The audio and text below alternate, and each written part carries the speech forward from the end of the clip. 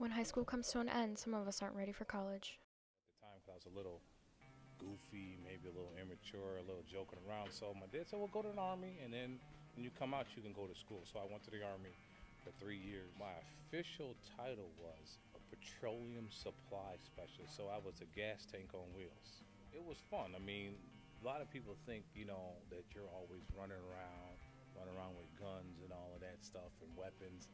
But if you realize that the Army basically stays in one spot until something happens, for 2.5 years when I was in the military, we just trained like there was a war. Well, I've been to Germany, England, Spain, Switzerland, Amsterdam,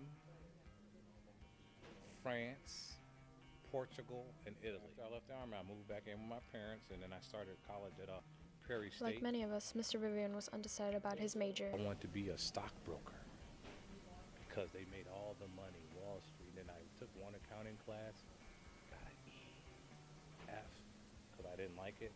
So I dropped the class, and then I said, you know what, I'll do physical therapy. So after I left Prairie State, I went to Chicago State and got into physical therapy. Started doing physical therapy, all the prereqs for that. And then they made us do 100 hours of volunteer work as a physical therapist. And that was like watching paint dry. People walking in the camp, walking. It just was boring to me because they didn't do anything that was fun. Our neighbors was the assistant superintendent in the district. And I already was hired at Bloom High School. He saw me at the gas station, saw my dad at the gas station, and he goes, hey, what does your boy do? My boy's a teacher. He got hired at Bloom. My dad's proud, son's got a teaching job.